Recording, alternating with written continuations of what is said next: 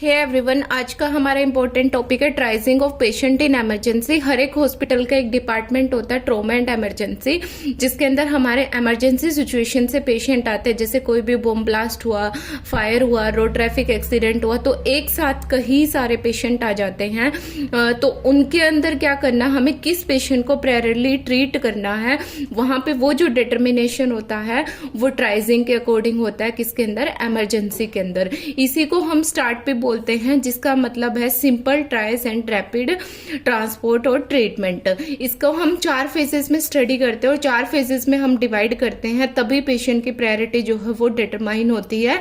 Emergent, urgent, non urgent, none. Emergent का colour code होता है रेड, इसीलिए जो भी ट्रॉमा डिपार्टमेंट होता है उसको हम 4 जोन में भी डिवाइड कर देते हैं, red zone, yellow zone, green zone, black zone. First आता है हमारा इमरजेंट और रेड जोन। इसके अंदर हाईएस्ट प्रायोरिटी के पेशेंट आते हैं जिनको विद इन 50 मिनट्स जो है ट्रीटमेंट चाहिए, नहीं तो उनका जो है डेथ हो जाता है। जैसे आरटीए का केस आ गया, कोई भी एमआई का पेशेंट आ गया। अर्जेंट होता है हमारा येलो जोन। सेकेंड प्रायोरिटी है जिनको 30 मिनट के अंदर चाहिए, कुछ देर के लिए उनका care as compare to red zone हम क्या कर सकते हैं, होल्ड कर सकते हैं, जैसे अस्थमा का पेशेंट और हाइपरटेंशन का पेशेंट। थर्ड है हमारा नॉन अर्जेंट, जिसका कलर कोड हमारा ग्रीन है। एज कंपेयर टू अर्जेंट इसका ट्रीटमेंट और थोड़ा डिले कर सकते हैं।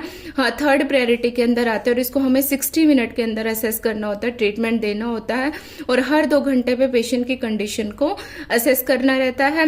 इसमें वो पेशेंट आते हैं जो क्या कर सकते हैं, एम्बुलेट कर सकते हैं, अपने वुंड की केयर खुद कर सकते हैं। जैसे स्प्रेन का पेशेंट हो गया, माइनर लेसरेशन का पेशेंट आ गया।